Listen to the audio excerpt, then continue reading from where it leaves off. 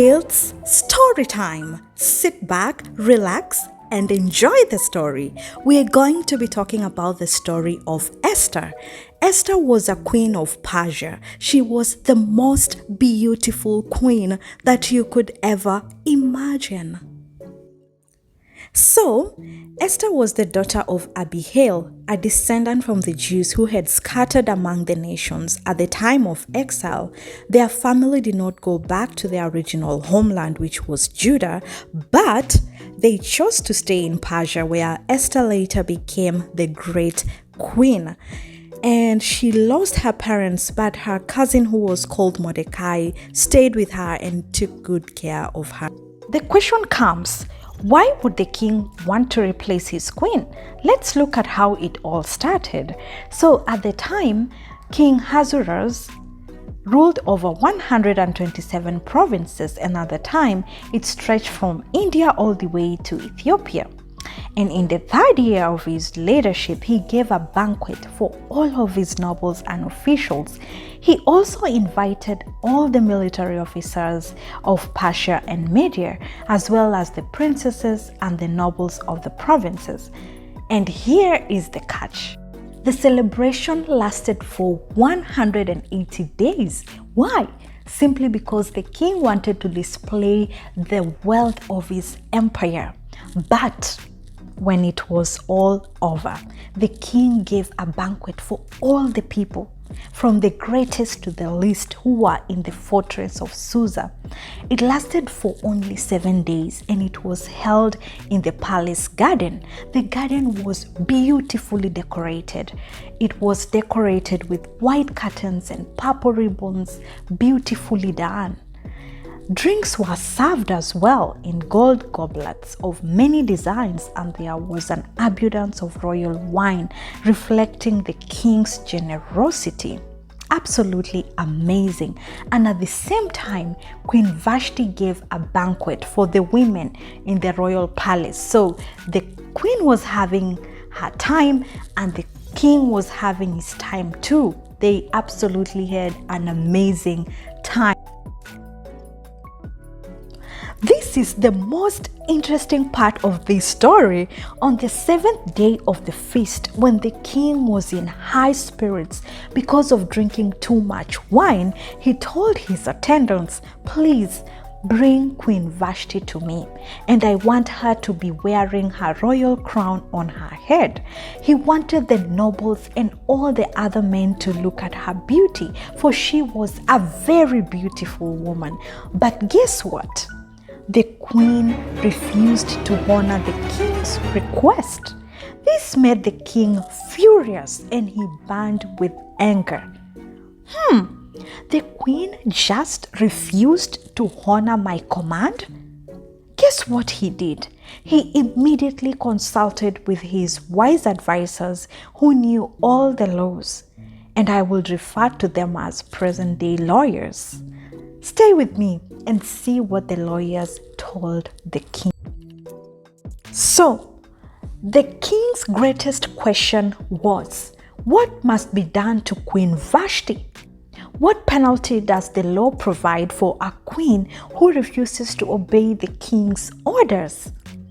And his wise men had many answers for him, and Memucan answered the king and said, "Queen Vashti has wronged not only the king but also every noble citizen in the empire. Women everywhere will begin to despise their husbands when they learn that Queen Vashti has refused to appear before the king." And so the conclusion they came to was Queen Vashti was forever banished from the presence of the king, and that the king should choose another queen more worthy than she. When this decree is published throughout the king's vast empire, husbands everywhere, whatever their rank, will receive proper respect from their wives. After some time, The king's anger had subsided, and he began thinking about Vashti and what she had done and the decree that he had made. And I think that the king was beginning to regret. He was beginning to see the reality of the matter. But his servant suggested to him, "Why don't you get officials from all over the provinces to help us get the next queen?" And this was appealing to the king, and he said, "Yes." The advice was absolutely appealing to the king, and so he did put the plan into effect. And as a result of the decree, Esther, along with many other young, beautiful women, were all brought to the king's harem at the fortress of Susa and placed in Hagai's care.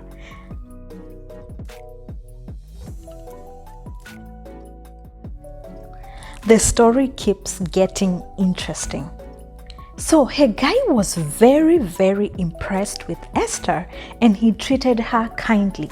I believe that Esther was kind, down-to-earth person, and that's why she was treated like that. He quickly ordered a special menu just for her. He provided her with beauty treatments.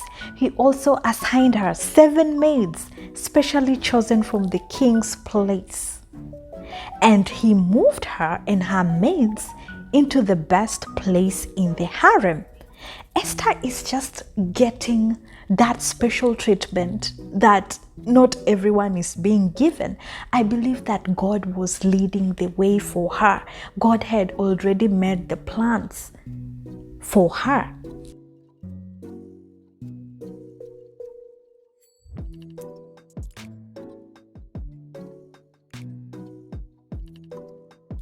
Can you imagine that each and every single woman was given a prescription of 12 months beauty treatments? The first 6 months, they were being treated with oil, and the next 6 months, they were being treated with special perfumes and ointments before they appeared in front of the king. That must have been absolutely amazing. And the big moment was here. When it was time for Esther to go to the king's palace, she was given her choice of whatever clothing or jewelry she wanted to take from the harem. She was treated specially. I think she was just being treated already as a queen before she was a queen. This is the highlight of the story. And the king loved Esther more than any of the other young women. He was so delighted with her that he set the royal crown on her head and declared her queen instead of Vashti. And to celebrate the occasion, he gave a great banquet in Esther's honor for all of his nobles and officials, declaring a public holiday for the provinces and giving generous gifts to everyone. Esther must have been very beautiful, in a beautiful dress and a beautiful makeup and everything. Are you still there? Sit back, relax, and see how the party went.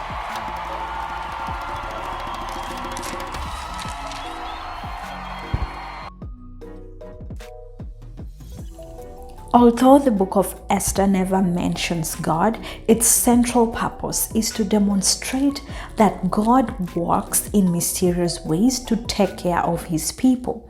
God used the king's drunken arrogance to elevate Esther to a great position of influence that saved people. And I cannot imagine how beautiful the banquet was.